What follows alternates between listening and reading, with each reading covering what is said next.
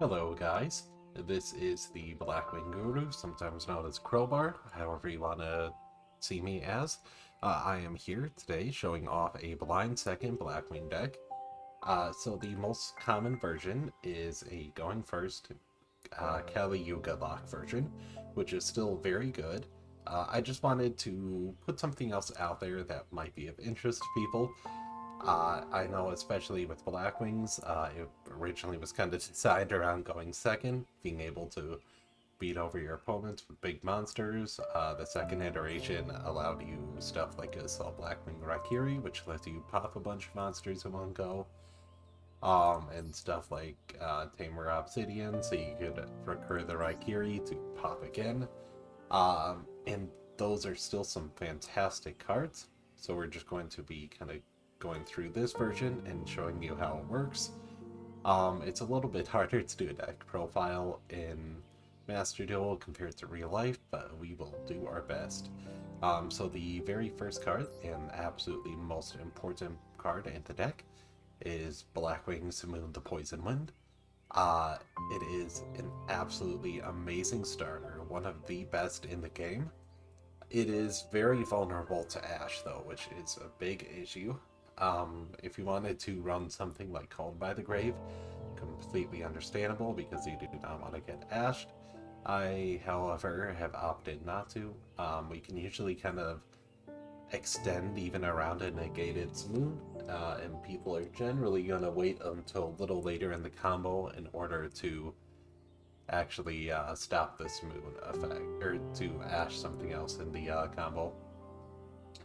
Next up, we are running Auster the South Wind. Auster is basically what you're going to search off of Simoon and Black Whirlwind. It allows you to grab the resource that you banish with Simoon back from the banish pile, put it back on field. Uh, Great card. Nothing more to really say about it. Only problem is it has 1300 attack, so the only things you can search in the deck are Harmat in the Dust and Orochi the Squall. Next up, we have our level 4s, Bora the Spear and Chris the Crack of Dawn. I am running 3 Bora and 2 Chris right now because we generally are only going to run like either 3 Bora or 2 Bora, 1 Chris. But in this build, you can see we've kind of gone a little more heavy on the level 8s. So this allows us to go into them a little bit easier. All they do is they special summon themselves if you control Blackwing. We are running 1 Zephyros. Basically, you're just going to search Zephyros off the summon with Y-Strix. You never really want to see him in your hand. He's not by any means a starter. You're just going to be getting him on the board with Y-Strix over here. Next up is Guild Whirlwind. Generally, you aren't going to, run more than 1 Gale, but with this build, we really want to be going into both Raikiri and Obsidian Hawk, so we want to max out on the Gales. That allows us to more so easily go into um, the level 4s. So you use Raikiri, and then you can use link off Raikiri into Y-Strix or Bardiche or whatever. And then you're going to use Obsidian Hawk Joe, revive him, pop more cards with Raikiri, and then go into your rank 7, which is your Arsenal Falcon. And then depending on turn 1 or turn 2, you're going to, go into your Kali Yuga turn 1 so that you can just floodgate your opponent's field. If it's turn 2, you're going to go into Dingirsu, the Orchid of the Evening Star. This, mainly sees playing Orchid. We use it going second because it is a dark... Oh, excuse me, it is a dark type. And it allows you to send a card your opponent controls to the grave. Non-targeting, amazing. You can't use the second effect, but whatever. Next up is the... Now that we're done with the Blackwings... Oh, I'm sorry, so I didn't explain these two. Orochi the Squall. allows you to make a level 7 with Simoon, or you can just link it off with Bystrix or Bardiche. Harmot in the Dust, either you can use it to blink off, or you can target a level 4 to make it a level 6 with its effect, and then use both it and the Oster to make a full Armor Master. Their full Armor Master isn't super amazing in this meta. Most decks can kind of out it. A lot of them have 3,300 plus monsters, so they can just beat over it. In certain metas, it's absolutely dominating. There's very little it can't do. But in this current meta, there's only so much it can do. It's great against stuff like Runic, which basically you just steal their monster, force a pop or whatever, and then just beat over them. It can be hard sometimes if they have too many negates or stuff like that. But most of the time you can get through Runic pretty easily. The next card I want to talk about, I guess I kind of talked about Black Whirlwind with Smoon. These two go hand in hand. Normal summon a Blackwing, add a Blackwing with less attack to your hand. So, yeah, pretty easy. We are playing Raider's Wing. That's part of the whole Cali Lock combo, or, just the combo with the rank up magic. Either you search it out with Strix, or you search it out with Bardiche. Either way, you search out the rank up magic. You use Raider's Wing on the Arsenal Falcon, try to remove all the materials so that you can just rank up with one higher into a Xyz monster that's one rank higher.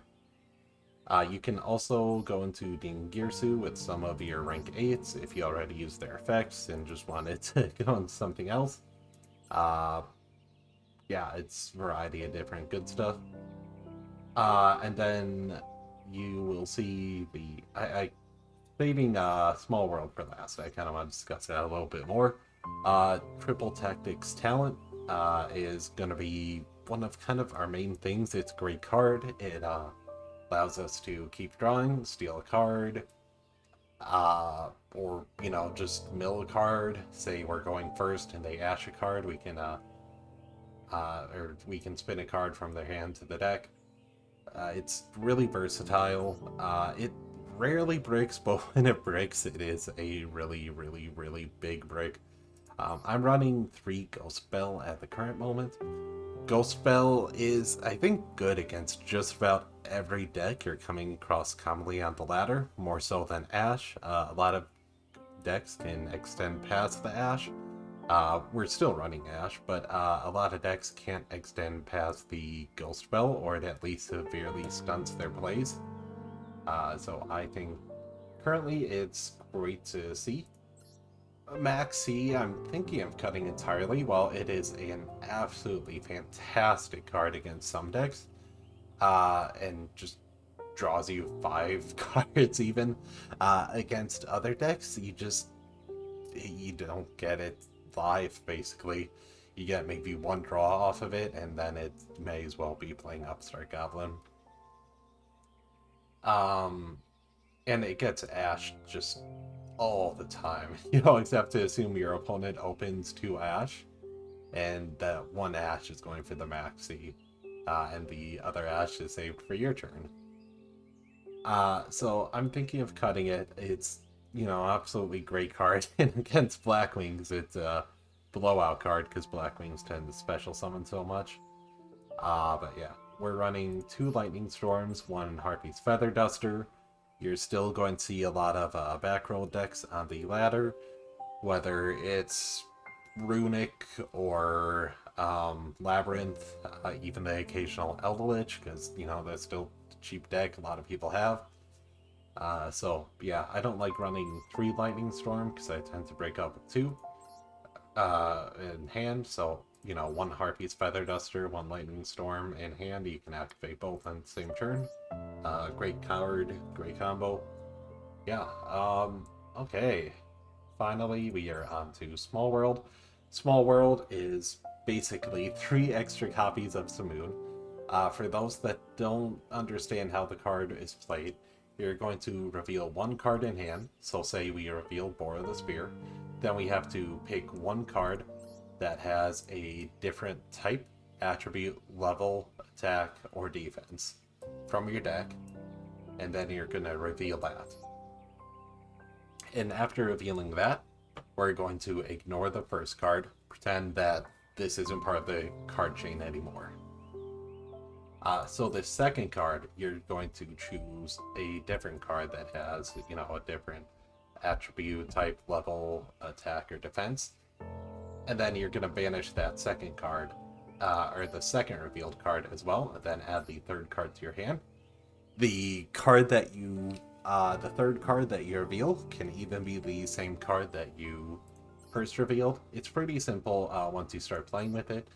I would highly suggest running it. It's basically a must-have in this deck because it's 3 extra copies of Moon, which I can't even tell you how many games I've won because of this. It's rarely a break, but it can be sometimes, which is unfortunate, but that's the price we have to pay for consistency. So there's a couple of different engines you can run with the with Small World. There's the most common one is Radian, the multi-dimensional kaiju. It's a level 7. It's different from Spoon. You can search it out. Different from all the other Blackwings as well.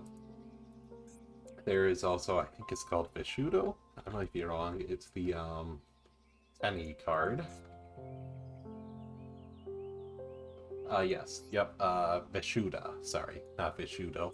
You can use this as well in order to search it out. And you can use, I don't like it. It can clog up your Smoon summons. It can kind of get in the way. There's a few other cards as well you can play. Personally, I like the Danger Engine, which I haven't really seen anyone talking about. It is a great little free card engine. They don't brick up your hand, or even if they do, you can just, discard another bricked card and then just summon them, or get their effect off, or just whatever. The Jackalope, you'll see, has 2,000 defense. You can't use it to search out Smoon, because Smoon also has 2,000 defense. But it is, personally, I prefer it over the other options we have. We can't use Nessie. Nessie has 1,600 attack, and I don't want to use that over the Jackalope. But you can also use this neck, Tsuchinoko, which wouldn't conflict with the Smoon summon, but with the Smoon search, but what it does conflict with is stuff like Oster, and there's a couple of other cards you can't search, the 1,300 lines, and yeah, it's just a rough card to play, and I think Jackalope is a little bit better. So it's rare that you're gonna get like a Small World and then 2 Bigfoots in hand so that you can't search out the Smoon. I've never had it happen to me personally, but there is a small chance that would happen, and I feel like you could probably play around that to a different end board if that did come up. Bigfoot can also be used as a link material for Ningirsu, which is also really nice. Not for Callie, unfortunately. Or you can, or sorry, not link material, Xyz material. You can also link it off for Rusty Bardiche, or you cannot use it for Wise Tricks because it requires 2 Darkwing Beasts, but Bardiche just requires Dark Monsters, which Bigfoot does fill. There is also another card you could consider running, Darkness Metal, the Dragon. It's basically a monster reborn that also negates the card and then spins it back to deck when it leaves the field. It's okay. I was testing it out. I don't think it works too well with our current round of support. Once we get more support, I think it'll work a little bit better. But yeah. So that's just kind of the main combos. We also have a couple of extra good stuff cards. Dark End Dragon, I think, deserves a little more love. we don't have a lot of going second dark level 8 synchros. This card is actually great though. Being able to send cards instead of destroying them is great. And then since it's a dragon type, you can use it with a Roshi in order to go into Hot Red Dragon Archfiend Abyss, which has a negate and allows you to special summon a tuner if you inflict battle damage to your opponent, which is a nice bonus. There is also Borreload Savage Dragon that you can combine with a Roshi. Borreload goes live off the Bystrix into Bardiche combo, so that you can attach the Bystrix to it, and then you get a negate. This is more so for going first if you want to go into that. You can also use Draco Berserker of the Tenny. I don't think this comes up quite as often, because usually by the time you're getting to this point, your opponent's kind of run out of monster effects to activate, but sometimes it does come up. Since it's a worm type, you can't go into Hot Red Dragon Archfiend Abyss. God, that is a mouthful of a name. We talked about Full Armor Master already, but it is still a great card. It can steal an opponent's monsters unaffected by all card effects. Keep in mind, if your opponent has a card like Skilled Rain up, when you do summon Full Armor Master, it will come onto the field negated. So that's not good. Also, if your opponent tries to Nibiru your entire board, Full Armor Master says no to that, and then you can it doesn't say no to it. The rest of your board still gets Nibiru'd, but Full Armor Master doesn't. I'm not sure if that's a glitch, because Nibiru tributes all cards, which generally gets around tower cards, such as like Kaijus and stuff like that, but maybe LCG rulings, maybe that's how it works in TCG, I'm not too sure. I'd ask your local judge for trying this out in your locals or regionals or whatever, just to be on the safe side. Nibiru doesn't come up too often though, just because of the dominance of decks that don't need special summon 5 times, are able to put up a negate before the 5th special summon. But he still does come up because of decks like Mathmex, sometimes branded, not often. So yeah, that is Blackwing's going second. If you guys have any questions, comments, suggestions, anything like that, give me a shout, and thank you so much for coming to this deck profile. Have a great day.